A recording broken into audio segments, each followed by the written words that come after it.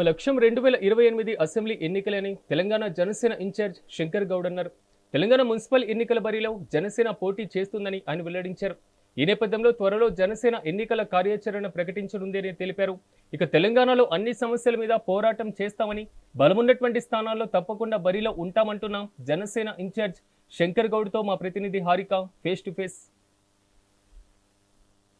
తెలంగాణలో Janasena party municipal ఎన్నికల్లో పాల్గొనబోతుంది, పోటీ ఎదుర్కోబోతుంది అని చెప్పేసి మనకు ఆల్రెడీ ఒక సర్క్యులర్ వచ్చేసింది. అయితే ఈ పోటీని ఎలా ఉండబోతుంది, ఈ పోటీని ఎలా ఎదుర్కోబోతుంది అన్నది మాత్రం మనం తెలుసుకునే ప్రయత్నం చేయాలి. సో మనతో పాటు జనసేన పార్టీ ప్రెసిడెంట్ ఉన్నారు శంకర్ గౌడ్. సార్, మీరు చెప్పండి, ముఖ్యంగా యాజ్ ఏ ఇన్ఛార్జ్గా ఎలా ఉండబోతుంది అంటారు? అలాగే జనసేన పార్టీ ఇప్పుడు ఒక ప్రాంతీయ పార్టీగానే ఉంది. ఇటు తెలంగాణలో పుట్టినప్పటికీ తెలంగాణలో ఎక్కడ మనకు కనిపించలేదు, ఒక కూకట్పల్లిలో సపోర్ట్ చేస్తున్నాడు తప్ప.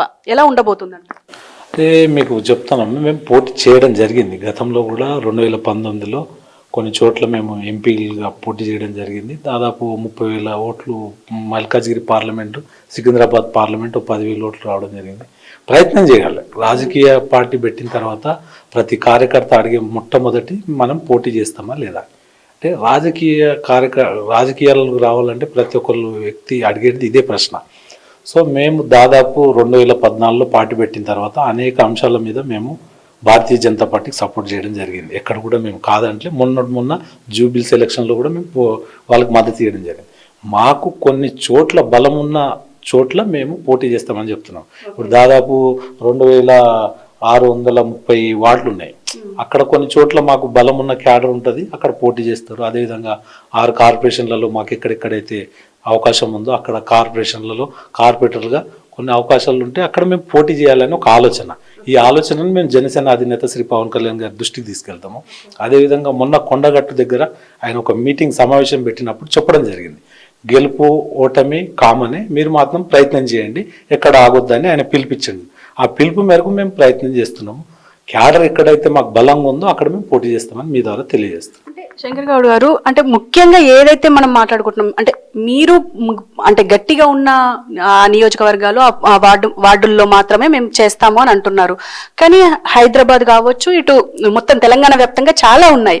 కానీ ఇవన్నింటిలో కూడా పోటీ చేసే అవకాశం ఉన్నప్పటికీ ఎందుకు వాటి మాత్రమే, అంటే ఇవి మాత్రమే చేస్తాము అని అంటున్నారు? అంటే ఇంకా ఇక్కడ జాతీయ పార్టీలు కావచ్చు, రాష్ట్ర పార్టీలు కావచ్చు ఉన్నాయి కాబట్టి వాటికి పోటీగా ఉండొద్దు అనుకుంటున్నారా?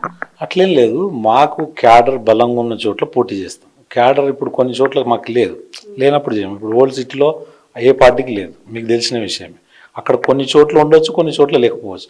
అట్లా మాకు క్యాడర్ ఏదైతే బలంగా ఉందో అక్కడ మేము 100% దృష్టి పెడతామో అక్కడ 100% పోటీ చేస్తాం.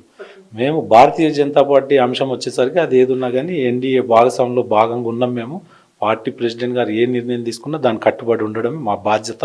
మేము ఆ బాధ్యతని మర్చి మేము పనిచేయము. ఎక్కడ కూడా ఆ లైన్ అనేది క్రాస్ చేయకుండా పనిచేస్తాం. మేము జనసేన అధినేత శ్రీ పవన్ కళ్యాణ్ గారి పిలుపు మేరకు ఏదైతే క్యాడర్ ఉందో, బలమైన క్యాడర్, బలమైన ఆ వార్డులో మన క్యాడర్ ఉందంటే మీరు పోటీ చేయండి అని ఆయన పిలిపియడం జరిగింది. దాంట్లో భాగంగా మేము పోటీ చేయాలనే ఆలోచన తప్ప మాకు ఇంకా మిగతా ఆలోచన లేదు. అంటే కూటమి అని అంటే మాత్రం అది ఆంధ్రప్రదేశ్ రాష్ట్రానికి మాత్రమే సంబంధించింది. ఇక్కడ చూస్తే మళ్ళీ జనసేనని ఇండివిజువల్ గా చూడాలా, లేకపోతే భారతీయ జనతా పార్టీతో కలిసి పోటీ చేయబోతుంది అనుకోవాలా? అంటే జాతీయ పార్టీ అంటే ఏదైతే బీజేపీ ఎక్కడైతే బలంగా ఉందో అక్కడ జనసేన సపోర్ట్ ఇస్తుంది అనుకోవాలా? అంటే ఇక్కడ బీజేపీ సపోర్ట్ ఉందా లేదా తెలంగాణలో? అంటే ఆ విషయం ఏదున్నా కానీ జనసేన అధినేత శ్రీ పవన్ కళ్యాణ్ గారు తెలియజేస్తారు. అట్లేం లేదు, ఎన్డీఏలో మేము భాగస్వామి కాబట్టి మేము మా ప్రయత్నం ఏంటంటే మేము చెప్పడం జరుగుతుంది. మేము ఇక్కడ బలంగా ఉన్నాం, మేము కూడా పోటీ చేస్తామని చెప్పడం జరిగింది.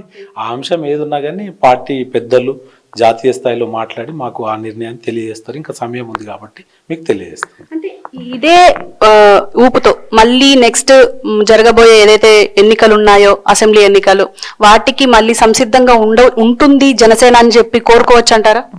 ఇవన్నీ ప్రయత్నాలు చేసే దాని గురించి కదమ్మా. నెక్స్ట్ జిహెచ్ఎంసీ ఎలక్షన్లో 100% మేము పోటీ చేస్తాము. దాదాపు మూడు కార్పొరేషన్స్ అవుతున్నాయి. దాంట్లో 100% మా పాత్ర ఉంటుంది. 2028లో మా పాత్ర బలంగా ఉంటుంది. దాన్ని మీరు వేరే రకంగా ఆలోచించే అవసరం లేదు.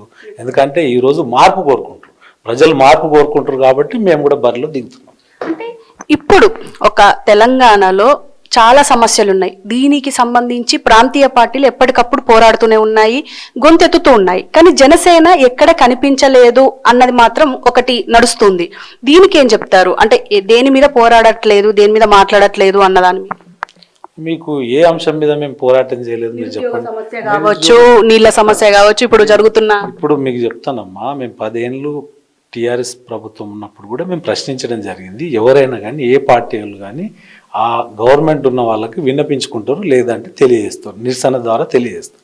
మేము అనేక సార్లు అనేక సమస్యల మీద మేము ప్రభుత్వం దృష్టికి తీసుకెళ్ళిన భాగంలో ఈరోజు కాంగ్రెస్ వచ్చి 2 సంవత్సరాలు అవుతుంది.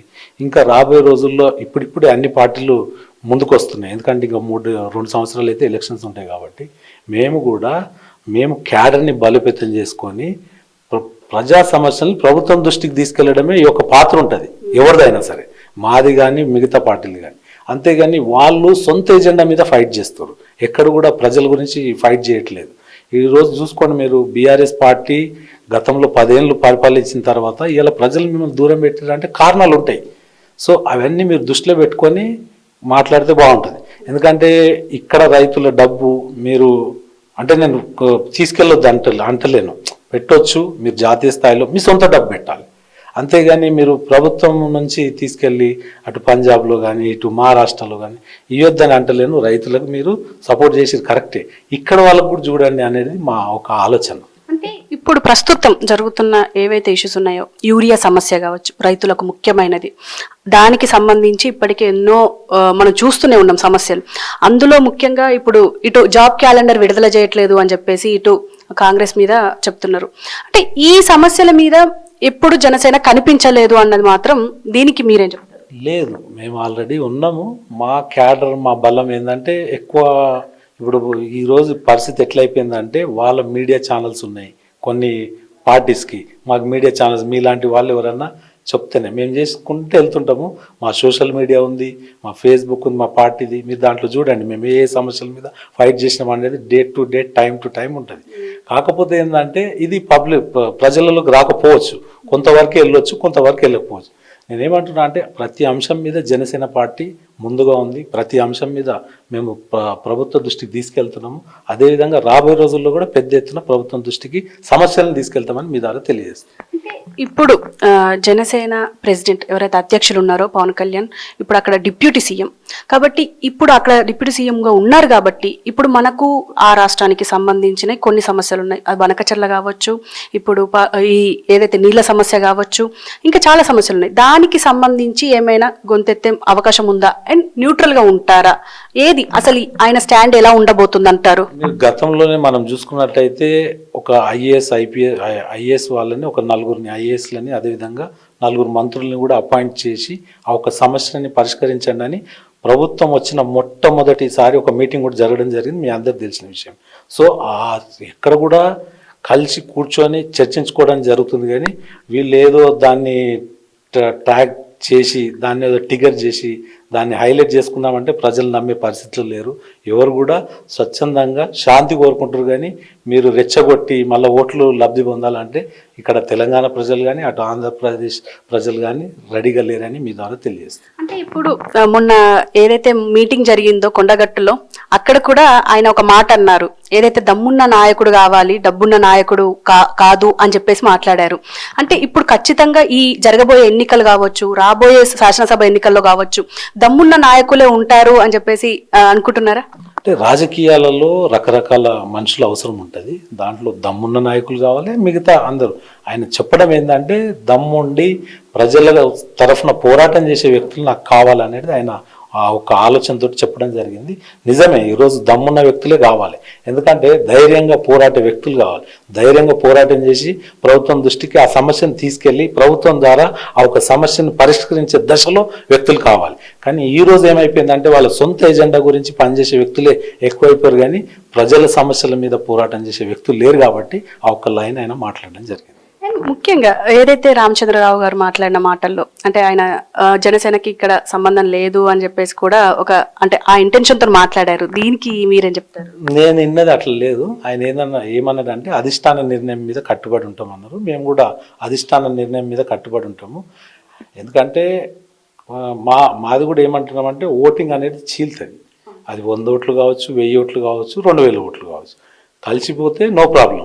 లేదు అంటే మాకు బలం ఉన్న చోట్లనే, బలం ఉన్న చోట్ల అది ఏదున్నా కానీ కలిసిపోతే బాగుంటుంది. లేదంటే జనసేన అధినేత శ్రీ పవన్ కళ్యాణ్ గారు జాతీయ స్థాయిలో మాట్లాడి ఏ నిర్ణయం తీసుకున్నా దానికి కట్టుబడి ఉంటామని మీ ద్వారా తెలియజేస్తున్నాను.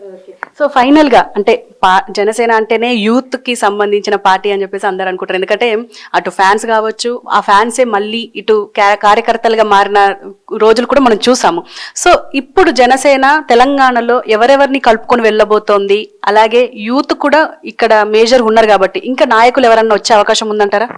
గతంలో మాతో పాటు ప్రయాణం చేసిన వ్యక్తులు చాలా మంది ఉన్నారు. 2009లో వాళ్ళు కూడా చాలా వరకు మాతో ప్రయాణం చేయడానికి సంసిద్ధంగా ఉన్నారు.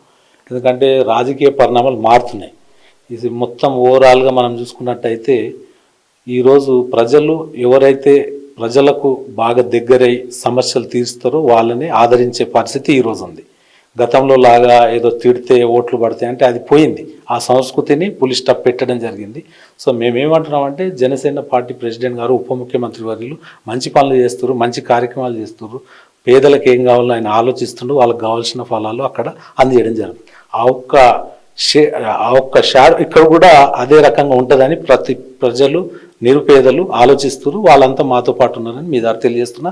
యూత్కి కూడా ఒకటే చెప్తున్నా, జనసేన పార్టీ అధ్యక్షులు వారు పవన్ కళ్యాణ్ గారు రేపటి తరం గురించి ఆయన ఫైట్ చేస్తున్నారు కాబట్టి మీరు కూడా రండి, జనసేనలో చేరండి. రాబోయే రోజుల్లో మనం రాష్ట్రాన్ని అభివృద్ధి పథకంలో తీసుకెళ్దామని మీ ద్వారా తెలియజేస్తున్నాం. సార్ ఒకటే ప్రశ్న అంటే ముఖ్యంగా జనసేన మీద విమర్శ ఏదంటే బూత్ లెవెల్లో క్యాడర్ బలంగా లేదు, అసలు క్యాడరే లేదు, వెన్నుముక లేనప్పుడు పార్టీ ఎలా అవుతుంది అని చెప్పేసి కూడా చాలా మంది విమర్శిస్తూ ఉంటారు. యాజ్ ఏ ఇన్ఛార్జిగా అంటే తెలంగాణ ఇన్ఛార్జిగా మీరు ఈ క్యాడర్ గురించి, ఈ క్యాడర్ మీద దృష్టి మీరు పెట్టబోతున్నారా? మీకు విషయం చెప్తాను. నేను 500 రూపీస్ కట్టి మెంబర్షిప్ అయిన వాళ్ళు దాదాపు 45,000 మంది వరకు మా పార్టీలో ఉన్నారు. 500 రూపీస్ మెంబర్షిప్ తీసుకొని వాళ్ళకి ఏదైనా జరిగితే, చిన్న యాక్సిడెంట్ ఏదైనా అనుకోకుండా జరిగిపోతే వాళ్ళకు 5 లక్షల రూపాయలు, చిన్న చిన్న యాక్సిడెంట్స్ అయితే 20,000, 50,000 లోపు క్లెయిమ్ అవుతుంది. అటువంటి వ్యక్తులు, బలమైన వ్యక్తులు దాదాపు 45,000 మంది మాకున్నాక ఇంకా మీరు క్యాడర్ లేదంటే ఎట్లా? అదేవిధంగా మిస్ కాల్ మెంబర్షిప్ మేము పార్టీ పెట్టినప్పుడు దాదాపు 3.5-4 లక్షల మంది మిస్ కాల్ మెంబర్షిప్ ఉంది మాకు. ఇప్పుడు మా పార్టీ ఇవన్నీ ఇంటర్నల్ విషయాలు కూడా రాబోయే రోజుల్లో చెప్తాం. మేము అది పత్రికా ముఖంగా తెలియజేస్తాము. కాకపోతే సమయం ఉంది. మా దృష్టి అంతా క్యాడర్ నిర్మాణం చేసుకుంటూ మాకు బలం ఎక్కడైతుందో అక్కడ చిన్న చిన్నగా పోటీ చేసుకుంటూ వెళ్ళాలనే ఆలోచన తప్ప ఇంకా మిగతా అంశాల గురించి నేను మాట్లాడి ఏదైనా ఉన్నా పార్టీ అధ్యక్షుల వారు మాట్లాడుతుంది తెలియజేస్తుంది. అంటే ఇది తెలంగాణ కోసం ఆల్రెడీ ఇటు జాతీయ పార్టీలతో పాటు ప్రాంతీయ పార్టీలు కూడా ఉన్నాయి, ఇంకా కొత్త పార్టీలు కూడా రాబోతున్నాయి. అది మనం చూస్తూనే ఉన్నాం ఈ మధ్య జరిగిన పరిణామాల్లో, రాజకీయ పరిణామాల్లో. సో ఇప్పుడు జనసేన ఏ విషయాల మీద పోరాడబోతోంది అండ్ మీరు మీ సారథ్యంలో ఏమన్నా ఇక్కడ మనం ఏమైనా చూడబోతున్నామా? మీరు రాబోయే రోజుల్లో మేము బలంగా వెళ్ళాలని ఆలోచన ఉంది. జనసేన అనేది ఈరోజు ఎక్కడ పోయినా మీరు మహారాష్ట్ర పోండి, తమిళనాడు పోండి, కర్ణాటక పోండి, ఒరిస్సా పోండి, ఆంధ్రప్రదేశ్ కానీ మిగతా ఎక్కడ పోయినా ఆయనకు ఉన్న ఆదరణ మీకు చూస్తారు. అంటే ఒక మంచి పని చేస్తే ప్రజలంతా మెచ్చుకుంటారు, ఆయనతో పాటు ఉంటారు. ఆయన మంచి పనులు చేస్తారు కాబట్టి తెలంగాణలో కూడా యువత అంతా ఆయనతో పాటు నడవడానికి సంసిద్ధంగా ఉంది. చాలా చోట్ల మాకు బలంగా మేము కూడా వస్తామన్నా అని చెప్పి చేరికలు కూడా జరుగుతున్నాయి. ఆల్మోస్ట్ స్టార్ట్ అయింది. గతంలో 12 ఏళ్ల నుంచి మేము ఏంటంటే కొన్ని చోట్ల పోటీ చేయడం, ఆగిపోవడం ఇవన్నీ జరిగినాయి, వాస్తవమే. కాకపోతే ఇప్పుడు మాత్రం అటువంటిది ఉండదు. మా గోల్ అంతా 2028 మీద దృష్టి పెట్టుకుంటూ ఇప్పటి నుంచి పనిచేసుకుంటూ వెళ్తాం. అన్ని సమస్యల్ని ప్రభుత్వం దృష్టికి తీసుకెళ్తాం. అవి పరిష్కరించే దశలో ప్రభుత్వాన్ని మేము ఆ రకంగా ప్రయత్నం చేస్తామని మీకు తెలియజేస్తాం. Thank you sir, thank you very much. So ఇది ఫైనల్గా జనసేన కూడా ఈ తెలంగాణలో పోటీ చేయబోతోంది. 2029 ఎన్నికల్లో ఖచ్చితంగా పోటీలో ఉంటాము అని చెప్పేసి అంటున్నారు. ఇంకో పక్క ఇటు యాక్టివ్ అవ్వబోతున్నాము. అందులో ముఖ్యంగా ఇటు ఈ ఎన్నికలు ఏవైతే ఉన్నాయో, జిహెచ్ఎంసీ మున్సిపల్ ఎన్నికలు ఏవైతే ఉన్నాయో వాటిల్లో మేము ఖచ్చితంగా పోరాడతాం. మా బలం ఎక్కడైతే ఉందో అక్కడ ఆ క్యాడర్లో మేము ఎక్కడైతే బలంగా ఉన్నామో అక్కడి నుంచి మేము పోటీ చేయబోతున్నాము. ఖచ్చితంగా మేము విన్ అవుతాం అన్న ధోరణియే ఇక్కడ ఇక్కడ మనకు కనబడుతుంది. అంటే ఖచ్చితంగా ఏ సమస్యలు ఉన్నాయో ఆ సమస్యల మీద కూడా మేము యాక్టివ్ అవ్వబోతున్నాం అని చెప్పేసి అంటున్నారు. ఇంకో పక్క ఏదైతే తెలంగాణకు ఇటు ఆంధ్రప్రదేశ్కు ఉన్న సమస్యలు ఏవైతే ఉన్నాయో వాటి మీద కూడా ఇటు జనసేన అధ్యక్షులు పవన్ కళ్యాణ్ కూడా మాట్లాడే అవకాశం ఉంటుంది అని చెప్పేసి కూడా అంటున్నారు. ఏదేమైనప్పటికీ జనసేన మాత్రం తెలంగాణలో యాక్టివ్ అవ్వబోతుంది అన్నది మాత్రం వాస్తవం. కెమెరామెన్ భానుతో హారిక, హైదరాబాద్.